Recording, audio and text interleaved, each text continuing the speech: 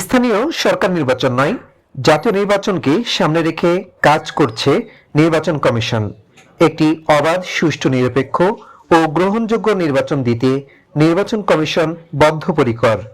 কুমিল্লা আঞ্চলিক নির্বাচন কার্যালয়ে কর্মকর্তাদের সাথে ভোটার তালিকা হালনাগাদ ও ত্রয়োদশ জাতীয় সংসদ নির্বাচন সংক্রান্ত মত বিনিময় সভায় প্রধান নির্বাচন কমিশনার এএমএম নাসিরউদ্দিন এসব কথা বলেন। আমরা জাতীয় নির্বাচনের জন্য প্রস্তুতি নিচ্ছি, স্থানীয় সরকার নির্বাচনের জন্য প্রস্তুতি আমরা শুরু করি নাই। আসলে এটা করি নাই, আমরা জাতীয় নির্বাচনকে সামনে রেখে আমাদের প্রস্তুতি এগিয়ে দিচ্ছি। তারপরে নির্বাচন কবে নাগাদ হতে পারে জিজ্ঞেস করলেন, একটা টাইম ফ্রেমটা আমাদের পক্ষ থেকে সুনির্দিষ্ট কোনো দিনক্ষণ আমরা এখনো নির্ধারণ করি নাই। আমরা মাননীয় প্রধান উপদেষ্টা যে ইঙ্গিত দিয়েছেন ওনার 16 তারিখের বক্তৃতায়, সেটার আলোকেই প্রস্তুতি নিচ্ছি।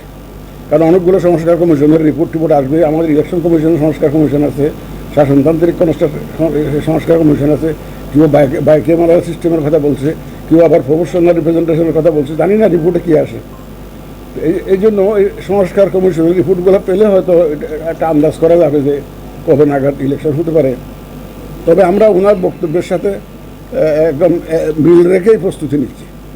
এ ব্যাপারে আমাদের আর কোনো দ্বিধাদ্বন্দ্ব নেই।